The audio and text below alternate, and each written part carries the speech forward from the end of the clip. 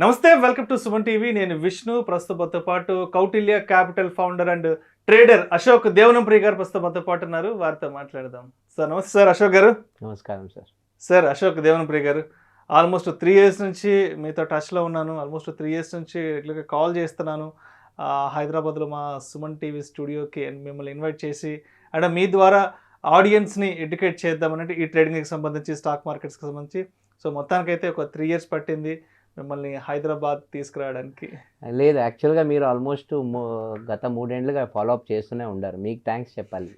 ఇప్పుడు టైం కుదిరింది. దేవుడు ఇప్పుడు కరుణించాడేమో. రైట్. సో ఏంటి అసలు అశోక్ దేవనంప్రియ గారు అంటే ఏంటి? బెంగళూరులో ఏం చేస్తుంటారు? ఏంటి అసలు మీ ట్రేడింగ్ బిజినెస్ ఏంటి అసలు కంప్లీట్గా? తాకట్టులో ఉన్న బంగారాన్ని విడిపించి ఆ రోజు ఆన్లైన్ రేటుకే మేము కొంటాం. Sharma gold company. సార్, నేను ట్రేడింగ్ ప్రొఫెషన్ వచ్చి దాదాపు 10 ఏళ్ళ పైన అయింది. నేను పుట్టి పెరిగిందంతా బెంగళూరు. మాది జనరల్గా చిత్తూరు జిల్లా. సో మా పేరెంట్స్ బెంగళూరు షిఫ్ట్ అయ్యి ఆల్మోస్ట్ ఒక 50 years అయింది. సో బెంగళూరులో పుట్టి పెరిగి అక్కడే చదువుకున్నాను. మెకానికల్ ఇంజనీరింగ్ చదివాను. దాని తర్వాత యూకేలో MBA చేశాను. మళ్ళీ IIMBలో పోస్ట్ గ్రాడ్యుయేషన్ చేసుకున్నాను. ఫస్ట్ ఒక 5 ఏళ్ళు టొయోటాలో పనిచేశాను. తర్వాత ఒక 10 ఏళ్ళు సాఫ్ట్వేర్లో పనిచేశాను. 2017 ఏప్రిల్ నుంచి ఫుల్ టైం ట్రేడర్గా స్టార్ట్ చేసుకున్నాను. దానికి ముందు ట్రేడ్ చేసేవాడిని as a part time trader. So గత 75 నెలలుగా ట్రేడింగ్ చేస్తున్నాను. 2021లో ఒక కంపెనీ స్టార్ట్ చేశాను. So we started a company by name స్ట్రాటజామ్.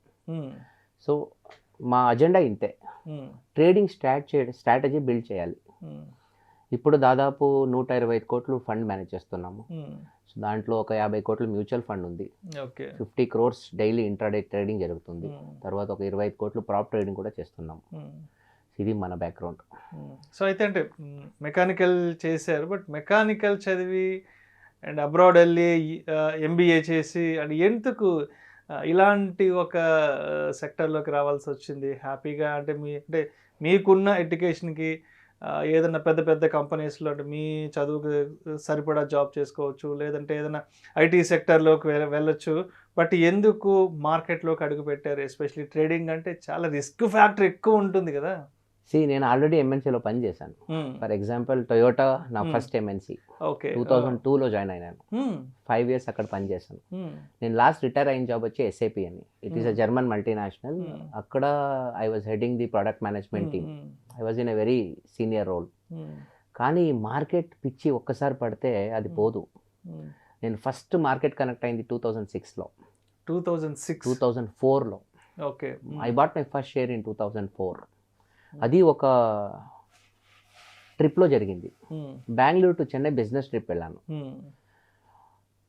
Chennai తప్ప ఏ ఊరైనా ఫ్లైట్లో పోతాం. బెంగళూరు టు చెన్నై మాత్రం ట్రైన్లో పోవాలి. Toyota policy. ఆ ట్రైన్లో పోతే ఆ TC ఉంటాడు కదా. So he was sleeping next to me. తను పోయి TC చెకింగ్ అని ఫినిష్ అయిన తర్వాత తన సీట్లో వచ్చి పనుకున్నాడు. నేను అతనితో మాట్లాడాను.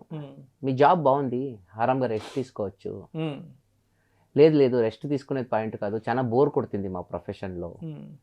ఈజీ జాబ్ కానీ చాలా బోర్ ప్రొఫెషన్. మరి ఆ బోర్డం ఎలా కిల్ చేస్తారంటే, నేను షేర్ మార్కెట్లో ఉన్నాను, అన్ని పేపర్లు పెట్టుకొని షేర్ మార్కెట్ స్టడీ చేస్తాను. అంతే. అప్పటికంతా న్యూస్ పేపర్లో ఇదే కదా. 2004, ఆల్మోస్ట్ 20 ఏళ్ళ ముందు. ఆల్మోస్ట్ అంతే. నేను సూపర్, ఎలా చేస్తారు అంటే ఈ gave me lecture for about ½ an hour 1 hour. అప్పుడు కిక్ వచ్చింది. సో ఇది ఏదో డెప్త్గా లోపలికి వెళ్ళాలి. నేను చెప్పాను, మా నాన్నగారు వచ్చి రియల్ ఎస్టేట్ ఇండస్ట్రీ వచ్చి ఆయన దాదాపు 50 ఏళ్ళు అయింది. సో న్యాచురల్గా విలేజ్లో అంత అనుకూలం లేక సిటీకి వచ్చి వాళ్ళ కెరియర్ చూసుకొని పెరగడం అన్నీ స్టార్ట్ చేస్తారు కదా. టిపికల్ ఆ రూట్లో పోయినారు. Almost we are a real estate family now. Though we are started as a farming family. ఇప్పుడు రియల్ ఎస్టేట్ ఫ్యామిలీ అయింది. ఒక్క విషయం ఏంటంటే, stock market is the only place where you can plan your investment. మీరు ఏ ప్రొఫెషన్లో కూడా ఆ minimum amount, maximum amount decide చేయలేరు. షేర్ బజార్లో ఉండే స్పెషాలిటీ ఏం తెలుసా? నంబర్ 1, మీరు 1000 రూపాయలు ఇచ్చి స్టార్ట్ చేయొచ్చు. Point number 1. Point number 2, share మార్కెట్లో ద మ్యాక్సిమం ఎంత లాస్ చేయొచ్చు అనే నంబర్ని మీరే డిసైడ్ చేసుకోవచ్చు. మీరు ఒక హోటల్ పెడితే మ్యాక్సిమం లాస్ ఎంత అని మీకు తెలీదు, పెట్టిన తర్వాత తెలుస్తుంది.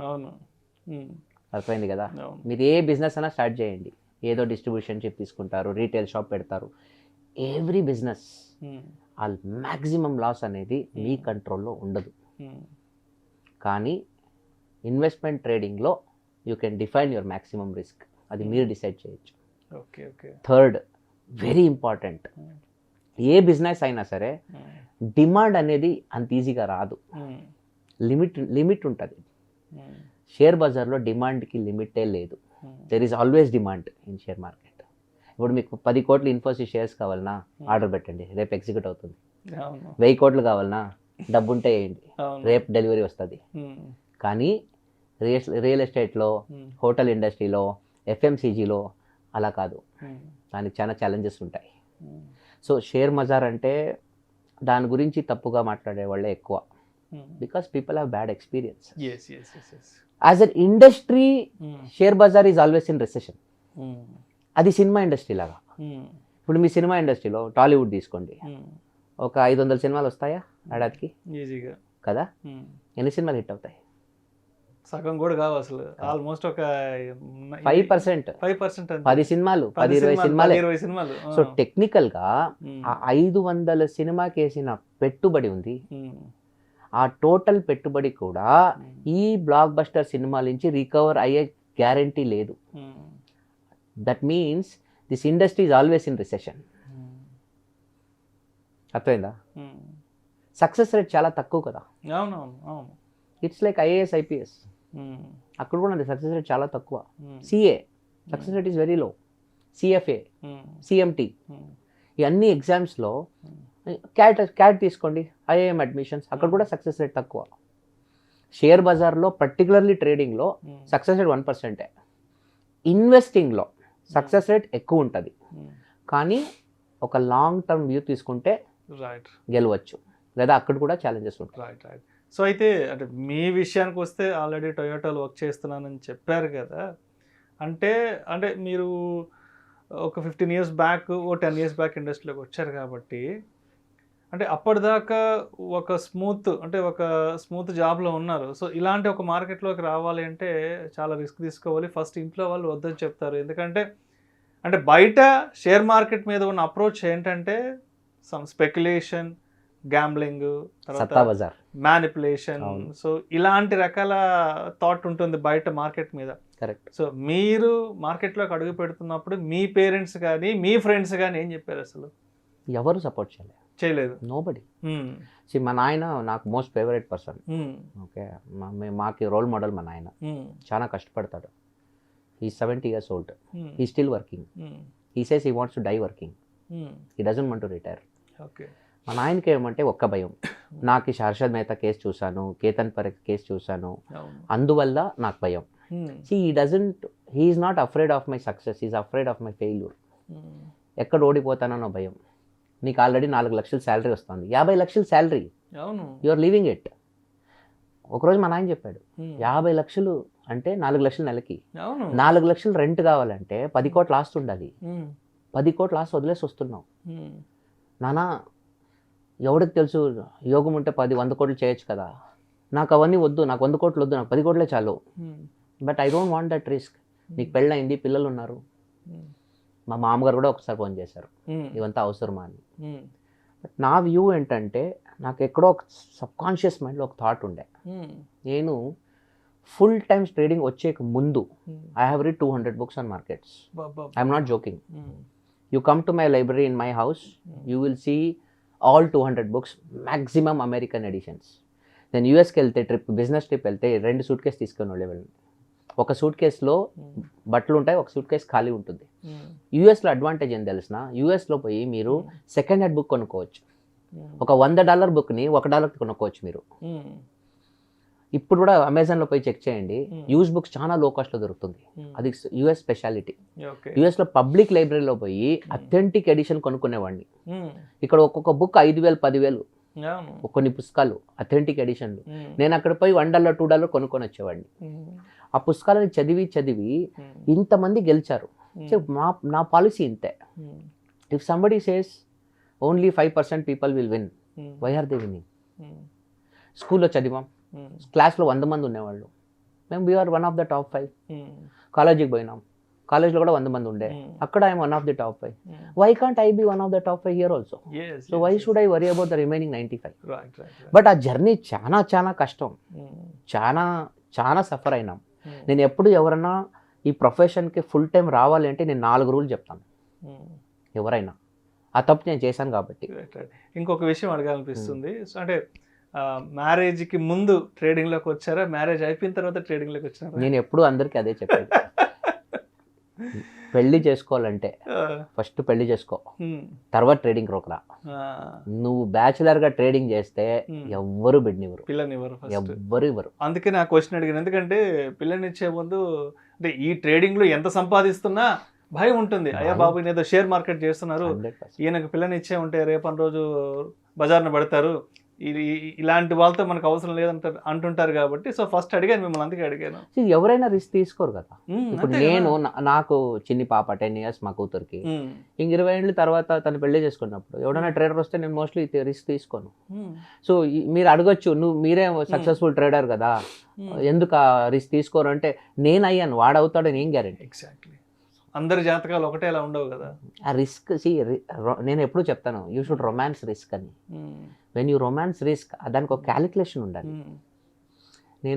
మీరు మా ఆఫీస్కి వస్తే ఒక స్లోగన్ ఉంది నా ఆఫీస్ రిసెప్షన్లో, risk comes from not knowing what you are doing. Risk ఎప్పుడు వస్తుందంటే మీరు ఏం చేస్తున్నారో అది ఏంటి అని తెలియకపోతే మీరు రిస్క్లో ఉంటారన్నమాట. మీరు చేసే పని ఏమి అనే ఒక క్లారిటీ, ఆ అవగాహన మీకుంటే మీకు రిస్క్ అంత పెద్దగా ఉండదు. అది పాయింట్. జనరల్గా నేనేం చెప్తానంటే, ఎవరైనా ఫుల్ టైం రావాలి ట్రేడింగ్ ప్రొఫెషన్లో కంటే వాళ్ళకి 4 రూల్స్ చెప్తా. నేను సిన్సియర్గా చెప్తాను. దాదాపు గత 10 ఏళ్లలో ఒక 500 మందిని జాబ్ వదలకుండా కంట్రోల్ చేశాను నేను. I ensure that at least 500 people don't come into stock market full time because I found them not eligible. నేను వచ్చినప్పుడు నేను ఎలిజిబుల్ కాదు, ఐ వాజ్ నెవర్ ఎలిజిబుల్. కానీ ఏంటంటే, why should they suffer like me? నా రూల్స్ ఇంతే. Rule number 1, 100% debt free. మీకు అప్పు ఉంటే you're unfit to be a trader, full time trader, pressure వస్తుంది. రూల్ నెంబర్ 2, సపోజ్ మీ ఫ్యామిలీ ఎక్స్పెన్స్ 50,000 అనుకోండి, మినిమం 2 years ఎక్స్పెన్స్ అంటే దాదాపు 12 లక్షలు. మీ ఫ్యామిలీ ఎక్స్పెన్స్ ₹1,00,000 అంటే 24 లక్షలు. 2 years ఎక్స్పెన్స్ మీ పెళ్ళాం అకౌంట్లో ఉండాలి, మీ అకౌంట్లో కూడా కాదు, మీరు అవి వాడేసుకుంటారు. Rule number 3, you should have a trading capital and you should assume that you will only make 2% a month. కొన్నిసార్లు ఏమవుతుంది, 10 లక్షలు క్యాపిటల్ వేసుకొని నెలకు 10% చేసుకుంటా, 10% 10 లక్షల కంటే 1 లక్ష సంపాదించుకుంటా. No, if your target is 1 lakh, your capital should be 50 lakhs, 2%. ఎందుకంటే starting first of all 99% traders డబ్బులు చేయరు. మీరు యూట్యూబ్లో స్టార్లు చూస్తారు, ట్విట్టర్లో హీరోలు చూస్తారు, టెలిగ్రామ్లో లెజెండ్లు చూస్తారు, వాళ్ళు ఎవరు టెర్మినల్లో ట్రేడ్ చేయరు. అది చాలా కష్టం. నేను ఎప్పుడు చెప్తాను, it is very easy to become a Harsha Bhogle. Lecture ఇవ్వడం చాలా ఈజీ.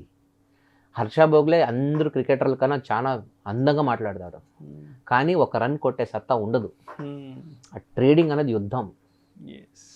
యుద్ధానికి స్కెచ్ రాసేది ఈజీ, యుద్ధం చేయడం చాలా కష్టం. రక్తం లేకుండా యుద్ధం గెలవలేము.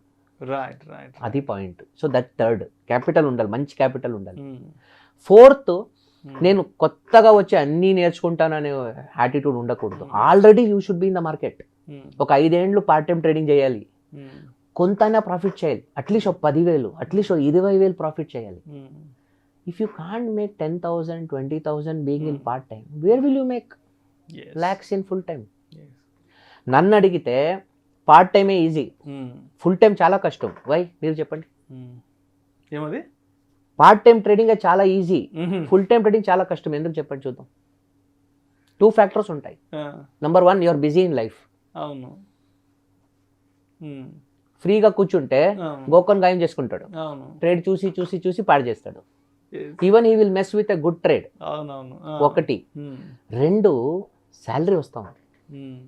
మీకు శాలరీ ఉంది, నెల నెల అకౌంట్లో డబ్బు పడతా ఉంది. ఇక్కడ లాస్ అయినా బ్యాలెన్స్ రీఫిల్ అవుతుంది, రెప్లినిష్ అవుతుంది. ఫుల్ టైం వస్తే ఆ శాలరీను లేదు, ఫ్రీ టైం, ఫ్రీగా కూర్చొని even a good trade will make it bad trade. ఆ ఒక మెంటల్ మేకప్ కావాలి. ఇవన్నీ మెచ్యూరిటీ వచ్చే చాలా టైం తీసుకుంటాయి. సింపుల్గా చెప్తాను, ఆప్షన్ రైటర్స్ జనరల్గా ఎక్కువ డబ్బు చేస్తారు, ఆప్షన్ బయర్స్ చేయరు. మెజారిటీ ఆఫ్ ఆప్షన్ బయర్స్ డబ్బులు పోగొట్టుకుంటారు. ఆప్షన్ సెల్లింగ్లో డబ్బులు ఉంది అని తెలవడానికి 50 నెలలు కావాలి. This is how it is. Time అన్నిటికీ ఒక ప్రాసెస్ ఉంటుందండి. ఇంజనీర్కి 4 ఏళ్ళు, డాక్టర్కి 5 ఏళ్ళు, ఒక మంచి లాయర్ అవ్వాలంటే ఒక 5 ఏళ్ళు, మళ్ళీ ప్రాక్టీస్ చేయాలి, ఎక్స్పీరియన్స్ కావాలి. ఏ ప్రొఫెషన్లో అయినా మీకు ఒక పట్టు రావాలంటే 10 ఏళ్ళు పడుతుంది. ఆల్మోస్ట్ నాకు 10 ఏళ్ళు అయింది ఇప్పుడు. Thank you so much Ashok Devanapriya garu. మీ మార్కెట్ జర్నీ గురించి అండ్ మీరు మార్కెట్లోకి వచ్చే ముందు ఎటువంటి ఇబ్బందులు పడ్డారు అండ్ కొత్తగా మార్కెట్లోకి వచ్చే వాళ్ళు ఎటువంటి ఫ్యాక్టర్స్ని కన్సిడర్ చేసి మార్కెట్లో అడుగు పెట్టాలి, మీరు చెప్పిన ఆ 4 ఫ్యాక్టర్స్, సో వాటిని ఏ విధంగా మైండ్లో పెట్టుకొని మార్కెట్లోకి రావాలి అనే ఆసక్తికరమైన విషయాల గురించి మన ప్రేక్షకులకు చాలా చక్కగా తెలియజేశారు. Thank you so much sir. Thank you sir.